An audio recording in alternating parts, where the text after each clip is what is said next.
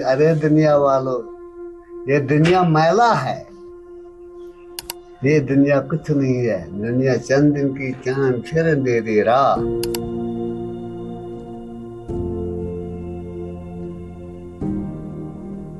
Family की तरफ से सपोर्ट नहीं मिला, बीवी बच्चों की तरफ से नहीं मिला, तो हाँ अब तो ये इसी हालत में है।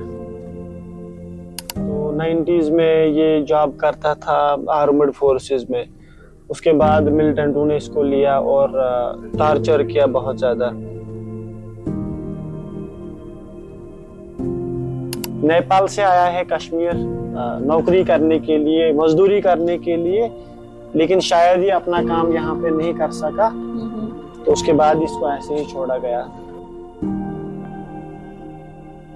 आदाब, आप देख रहे हैं आवाज द वॉइस और मैं हूं आपके साथ यास्मीन खान। अक्सर जब हम होमलेस लोगों को देखते हैं जो जहनी तौर पर कमजोर होते हैं या चैलेंज्ड होते हैं, तो एक कॉमन इंसान के जहन में सिर्फ दो चीजें आती हैं। पहला ख्याल ये होता है कि शायद ये इंसान जो है हमें खतरा पहुंचा सकता है, तो वो उस शख्स से दूरी इख्तियार करते हैं। और दूसरा ख्याल ये होता है कि अगर हम इस इंसान को थोड़े पैसे देंगे और बदले में उससे कहेंगे कि हमारे लिए दुआ करो, और उनको ये लगता है कि ये इंसान जो है अल्लाह ताला के करीबियों में से होते हैं और वो एक्सपेक्ट करते हैं कि इसकी दुआ से उनका कुछ भला होगा, यानी कि तब भी हम अपना ही फायदा सोचते हैं। लेकिन इन दो सोचों के बावजूद एक तीसरी सोच कुछ लोगों की ऐसी है कि वो ये समझते हैं कि ये जो लोग हैं इनकी भी हमारी तरह जरूरियात है, और ये लोग जो है ये भी उसी तरह का स्पेशल अटेंशन, केयर, रिस्पेक्ट और लव डिजर्व करते हैं। आज आपकी मुलाकात कराऊंगी मुसद्दिक से। और मुसद्दिक की अगर हम बात करें, उन्होंने एक इनिशिएटिव जम्मू कश्मीर में स्टार्ट किया है, और इस इनिशिएटिव की वजह से उन्होंने नेशनल आई बॉल्स जो है वो गेन अट्रैक्ट की है। अब उनके इनिशिएटिव की बात करें, जितने भी होमलेस लोग जो मेंटली चैलेंज्ड है या फिर किसी तरह की हेल्प उनको दस्तयाब होनी चाहिए, उनके लिए उन्होंने एक रिहैबिलिटेशन सेंटर त्राल में कायम किया है।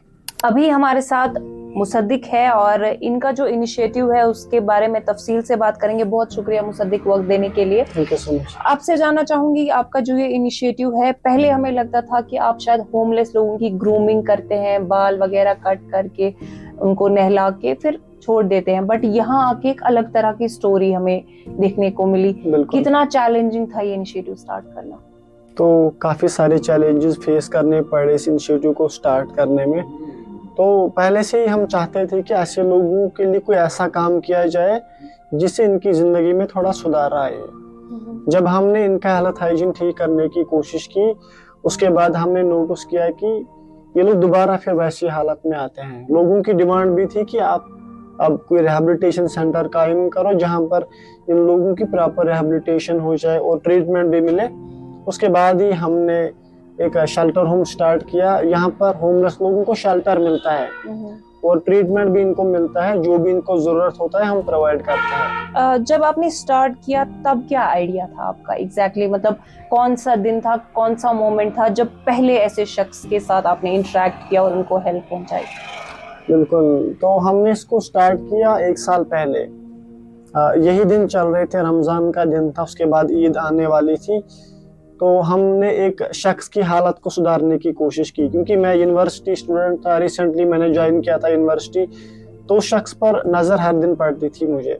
मैं सोचता था इसके लिए कोई ऐसा काम मैं करूं ताकि ये बेचारा अच्छी हालत में आ जाए, क्योंकि उनकी हालत काफ़ी ज़्यादा ख़राब होती है। अगर कोई रोड साइड पर होता है, और काफ़ी सारे लोगों का मन भी ख़राब होता है, तो काफ़ी ज़्यादा दुख होता था मुझे ऐसे लोगों के बारे में।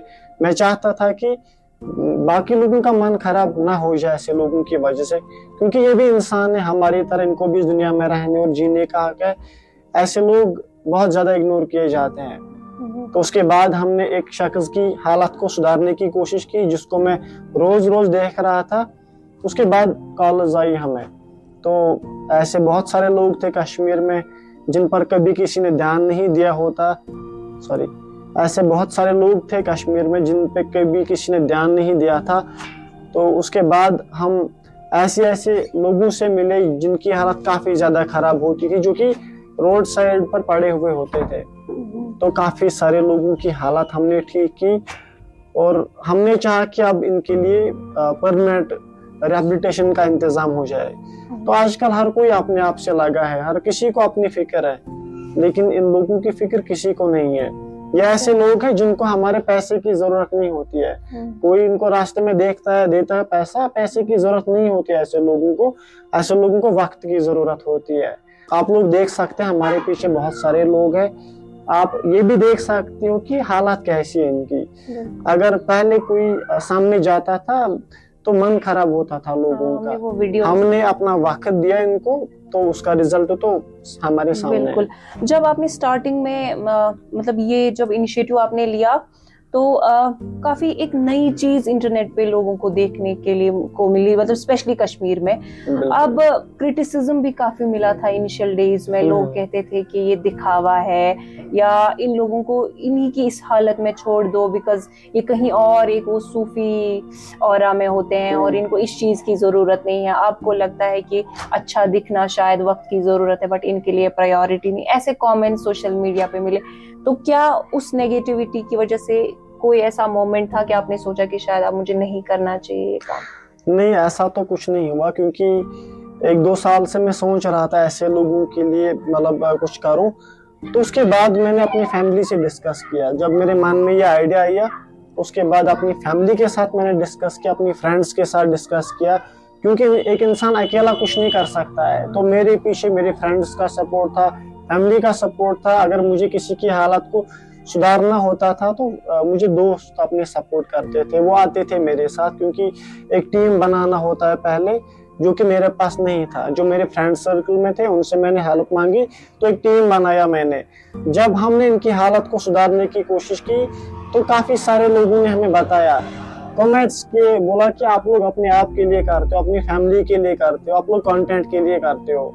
मेरे पास तो कंटेंट की कमी नहीं थी, ऑलरेडी सोशल मीडिया पे मैं काफी टाइम से एक्टिव था। तो मैं चाहता था कि इन लोगों के लिए परमानेंट रिहैबिलिटेशन का इंतजाम करूं मैं, क्योंकि हर दिन मुझे बहुत ज्यादा दुख होता था ऐसे लोगों के बारे में। मैं केयर नहीं करता हूं कि कोई मुझे क्या बोले, इंशाल्लाह अपने प्लान्स को मैं एग्जीक्यूट करूंगा, और लोगों का सपोर्ट चाहिए। जब 95% लोगों ने मुझे सपोर्ट किया इस इनिशिएटिव को, तो वो बाकी 5% 10% मुझे फर्क नहीं पड़ता उनसे। अभी कितने लोग आपके पास इस शेल्टर हाउस में हैं? बिल्कुल, हमारे शेल्टर होम में अभी 20 ऑलमोस्ट है, और बाकी जो फैमिली वाले हैं जो अबैंडन होते हैं, हम उनको घर वापस करने की कोशिश करते हैं, क्योंकि हमने ये इनिशिएटिव लिया है होमलेस लोगों के लिए। क्योंकि अगर कोई अबैंडन होता है उसके पीछे तो घर वाले होते हैं, मे बी रिलेटिव होते हैं जो थोड़ी फिक्र करते हैं उनकी, लेकिन होमलेस लोगों की फिक्र कोई नहीं करता है। अभी हमारे शेल्टर होम में 20 इनमेट्स है, स्पेस का इशू है, इंशाल्लाह वो भी कुछ टाइम के बाद फिक्स हो जाएगा। अब ये जो लोग यहाँ पे है, इनका जो खाना पीना है, क्योंकि 24 आवर्स आपके पास रहते हैं ये लोग, तो इनका खाना पीना कैसे होता है? बिल्कुल, यहाँ पर हमारी टीम है जो कि इनकी प्रॉपर टेक केयरिंग करती है। ऐसे इंसान को हैंडल करना काफी चैलेंजिंग टास्क रहता है एक इंसान के लिए, क्योंकि अगर ये काम आसान होता तो कश्मीर की हिस्ट्री में किसी ने किया होता ये काम। ये काफी ज्यादा मुश्किल काम है ऐसे इंसान के साथ डील करना जो कि मेंटली अनफिट है। ये कभी कुछ भी कर सकता है, हालात पे भरोसा नहीं है, तो हर किसी सिचुएशन के लिए रेडी होना पड़ता है हमें। इनका नाम मोहम्मद यूसुफ है। हमने इनको रेस्क्यू किया था वीबी कॉलेज रहनावारी श्रीनगर। तो जब हमने इनको रेस्क्यू किया था उस टाइम में काफी बुरी हालत में थे, ये ऐसे ही पड़े हुए थे और इनकी जो टांग है वो खराब होने लगी थी, काफी ज्यादा इन्फेक्शन हुआ था इनको। तो उसके बाद ये अंडर मेडिकल ट्रीटमेंट रहे, तो अब ये अच्छी हालत में है और बात भी कर सकता है ये। लेकिन जब हमने इनको पिकअप किया था, इनको पता नहीं था कि मेरा नाम क्या है, मेरी फैमिली कहाँ है, कहाँ रहता हूँ मैं, लेकिन अभी अच्छे से बात करने लगा है। ठीक। तो जब आप इन लोगों को पिक करने जाते हैं तो क्या लोग आप तक मैसेज पहुंचाते हैं कि फलानी आदमी है और उनको चाहिए हेल्प, या फिर आप खुद ही जाते हैं?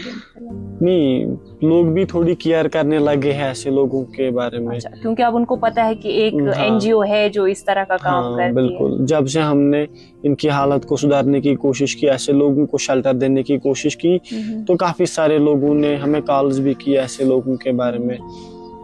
और अगर कभी भी कोई ऐसा होता है तो हमें कॉल आती है और हम within no time pickup करते हैं ऐसे लोगों को। इस रिहैबिलिटेशन सेंटर में या शेल्टर होम कहें, यहाँ पे लोग बिला मजहब, मतलब मुस्लिम्स भी है, नॉन मुस्लिम्स भी है, और यूं कहें कि दूसरे मुल्कों से भी है, जैसे ये है, ये नेपाल से। इनको मुसद्दिक कहाँ से आपने लाया?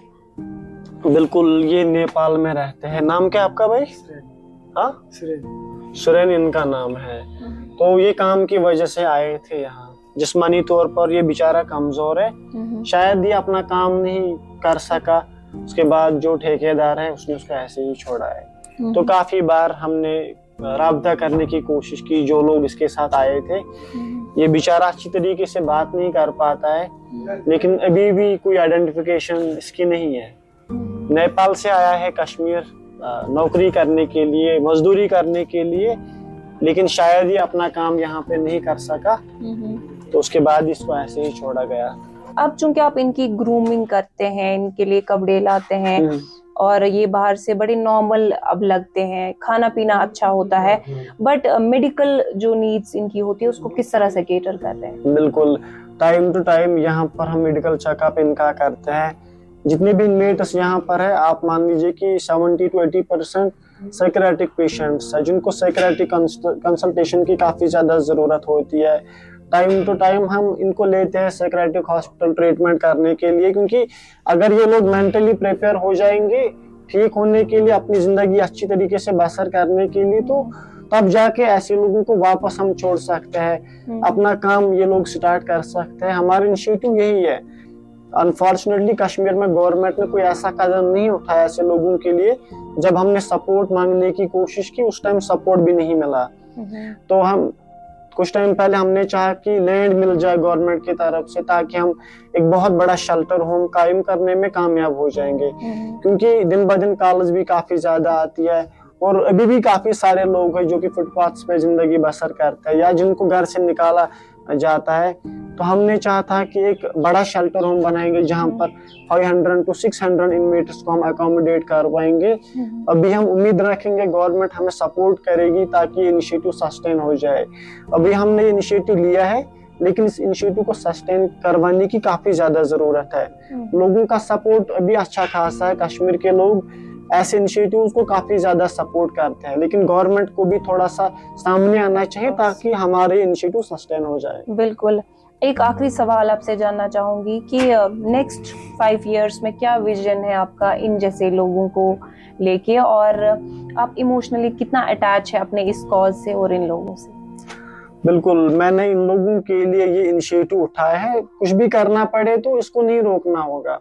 अगर लोग पीछे कुछ भी बोलेगी, सोसाइटी कुछ भी बोलेगी, ऐसे शख्स को मैं रास्ते पे नहीं छोड़ सकता हूँ। तो काफी ज्यादा अटैच हुए ऐसे लोगों के साथ, क्योंकि अगर कोई यहाँ पर है उसके पीछे कोई स्टोरी है। जब हमने वो स्टोरी सुनी है तो काफी ज्यादा दुख होता है इंसान को। इंशाल्लाह आने वाले 5 साल में हम चाहेंगे कि एक बहुत बड़ा शेल्टर होम हम बनाएंगे। With in a couple of months हम बुनियाद भी डालने वाले हैं, जिसको सपोर्ट करेंगे कश्मीर के लोग, जिसको लोगों ने बनाया होगा। खासकर सोशल मीडिया एक वेपन है एक इंसान के पास, वो हर किसी की चॉइस है वो सोशल मीडिया को किस तरीके से यूज करे। मैंने चाहा अपनी सोशल मीडिया प्रोफाइल को एक अच्छे रास्ते में यूटिलाइज करूं ताकि सोसाइटी को कोई फायदा पहुंचे। इंशाल्लाह आने वाले 1 या 2 साल के अंदर ही एक बहुत बड़ा शेल्टर हम बनाएंगे कश्मीर में, जहाँ पे ऑलमोस्ट 500 to 600 लोगों को हम अकोमोडेट कर पाएंगे इंशाल्लाह। बात क्या करते नौकरी कि लोग ही ना मिलने की लोग ना ठीक कश्मीर का इंच कोरमु पीसीएस तान औज़ु बिल्लाहि मिनश शैतानिर रजीम बिस्मिल्लाहिर्रहमानिर रहीम अलिफ लाम मीम ज़ालिकल किताबु ला रैब फीहि हुदल लिल मुत्तकीन वल्लज़ीना युमिनूना बिल गैबि व युक़ीमूना सलाता व मिम्मा रज़क़नाहुम युनफ़िक़ून वल्लज़ीना युमिनूना बिमा उन्ज़िला मिन क़ब्लिका व बिल आखिरति हुम युक़िनून उलाइका अला हुदम मिन रब्बिहिम व उलाइका हुमुल मुफ़्लिहून इन्नल्लज़ीना कफ़रू सवाउन अलैहिम अनज़रतहुम तुनज़िरहुम ला युमिनून ख़तमल्लाहु अला क़ुलूबिहिम व अला समीइहिम व अला अबसारिहिम ग़िशावतुन व लहुम अज़ाबुन अज़ीम व मिनन नासि मन यक़ूलु आमन्ना बिल्लाहि व बिल यौमिल आखिर व हुम बिमुमिनीन युख़ादिऊना अल्लाह वल्लज़ीना आमनू व मा यहदऊना इल्ला अनफुसहुम व मा यशऊरून फी क़ुलूबिहिम मरज़ुन फ़ज़ादहुम अल्लाहु मरदा व लहुम अज़ाबुन अलीम बिमा कानू यकज़िबून। Mes Pir Mohammed Latif. Kutch बसा वो इलियास ठीक काम क्या इशू करा वो गोट परान 50 मेडिकल लाइन में ठीक। हाँ अच्छा, अगर ते स्कलस दो दार सुकुल दवा के सस के कल पलस अगर मैं आता सा ओसी तक क्या कंपोजिशन ओम पे रिजल्ट होने अदरवाइज अगर तक अगर क्रॉसिंग करें ये भी जुम गोस जम लोग मजा वास टंगल मतलब जुम गसनु कोता ओसुम शोक मन सुम 3-5 साल लोलो मन खबर हबान हेलबाल यम संसार अखरनाई कंस पूर आनी यार नखवल क्या छुक दूर आनी जव गई सैयद दपन पित कानी यार नखवल क्या छुक दूर आनी रोन मतमें यावन सूरो लो खन ललवत करे गुर गुरो अशदारन से सपदन सूरोलो गो लक्चार बेबनार सोर दो पद गो असम उमराह गयम गुमराह शिरम सुथी शिखा सवला दकलाया ने प्योवाती चुखो बाबो डोल मुद गुजर सुथी अफसोस दुनिया नए लोग दीन तैना आखरत सुथी दमन क्या जुजायस कस माजायस क्या जायस अवलाई थी अफसोस दुनिया कंस लोग नहीं समझा